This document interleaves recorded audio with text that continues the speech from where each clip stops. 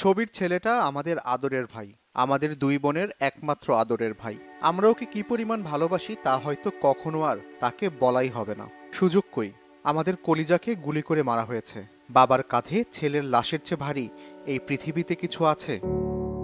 সাবরিনা শ্রাবন্তী নামে একজন ফেসবুক ব্যবহারকারীর এই স্ট্যাটাস সদ্য মারা যাওয়া তার ভাইকে নিয়ে।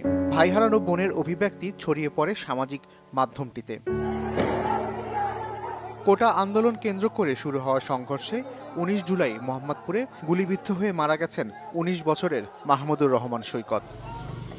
২৬ জুলাই সকালে তার বাসায় গেলে দেখা যায় সৈকতের স্মরণে মহল্লাভিত্তিক সংগঠন শৈশব মেলা বাংলাদেশের পক্ষ থেকে সৈকতের বাসার দেয়ালে লাগানো হচ্ছে ব্যানার।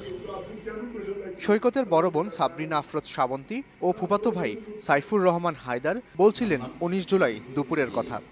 ও বাসায় কয়েক সেকেন্ডের জন্য ঢুকেছিল, শুধু মাকে ইনফরমেশনটা দিয়েছিল যে ওর বন্ধু পায়ে গুলি খেসে and he has to help him, he has to go. এখানে লাগছে, সবাই কান্না করতেছে ওর জন্য, যে এত সুন্দর একটা ছেলে, মানে কারো বুক কাঁপলো না ওকে গুলি করতে।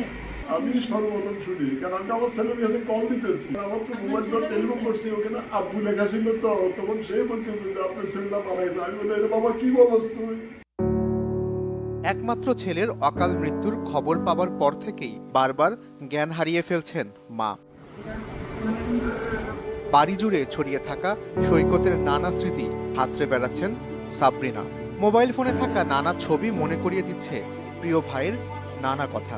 এই ছবিটা দেখেন, ওকে হতেছে ডাঙ্কি মুভি দেখতে নিয়ে গেছিলাম, শাহরুখ খানের হাতে ব্যাগ, ও ব্যাগ নিয়ে গেছিল, ওকেও ব্যাগটা ওভাবে দেখে বলছে তুই শাহরুখ খানের থেকে সুন্দর। হাসে বলে আমি শাহরুখ খান থেকে সুন্দর কেমনি হই না। এই ছবিটা আমার অনেক পছন্দের একটা ছবি। ১১ সেপ্টেম্বর সৈকতের ২০তম জন্মদিন, তবে ১৯ বছরেই থেকে গেলেন সে। সদ্য এইচএসসি পাশ করা সৈকতের ইচ্ছা ছিল কম্পিউটার ইঞ্জিনিয়ারিংয়ে পড়ার, কিন্তু তার হয়ে উঠল না। জাস্ট খেলা লেখাপড়া ছাড়া এর বাইরে কোনো রকমের কোনো কিছুতেই সে ছিল না। ক্রিকেট খেলতো খালি, এই জন্য আমরা তার একটাই ইয়ে ছিল ক্রিকেট খেলা। এই পাড়ার মধ্যে ছেলেরা ক্রিকেট খেলে ওদের সাথে ক্রিকেট পাগল সৈকতের এই পরিণতি যেন কিছুতেই মানতে পারছেন না তার স্বজনেরা, মানতে পারছেন না তার শিক্ষকেরাও। কথা ছিল পরিবারের দায়িত্ব নিয়ে বাবাকে মুক্তি দিবে আর মায়ের জন্য বাড়ি কিনবে সৈকত। বলতো কি আপুর জন্য করতে হবে, আপুর পাশে দাঁড়াতে হবে, ও একটা মাত্র ছিল, ও দায়িত্ব না নিলে কে দায়িত্ব নেবে? কত কথা। ও না হঠাৎ করে ৬-৭ মাসের মধ্যে অনেক বড় হয়ে গেছে, বলে কি ওনাকে আমি বড় ভাই।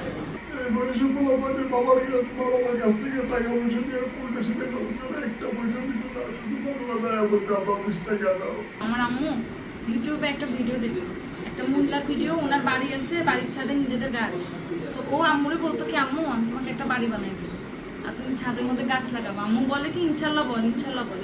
দিশেহারা পরিবারটির এখন চাওয়ার কিছু নেই, চোখে মুখে শুধু ক্ষোভের ছায়া। আমি কারোর কাছে বিচার দিই না, আমি আল্লাহর কাছে বিচার দিয়ে রাখছি। এস আল আরিফিন, প্রথম আলো।